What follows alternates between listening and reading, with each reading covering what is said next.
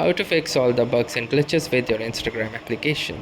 So hey guys, welcome to this tutorial. In this tutorial I'll be guiding you through the steps on how you can fix your Instagram application in Android. So if your Instagram application is misbehaving or if you are encountering any issues, then you can try these common troubleshooting steps as listed. So first, tap and hold on to the Instagram application icon and then click on app info. Now within the app info, try to click onto this force stop button and again click on force stop and try relaunching your Instagram application and check whether the behavior is normal or not. Then if that does not work, you can simply go to storage usage and click on clear cache.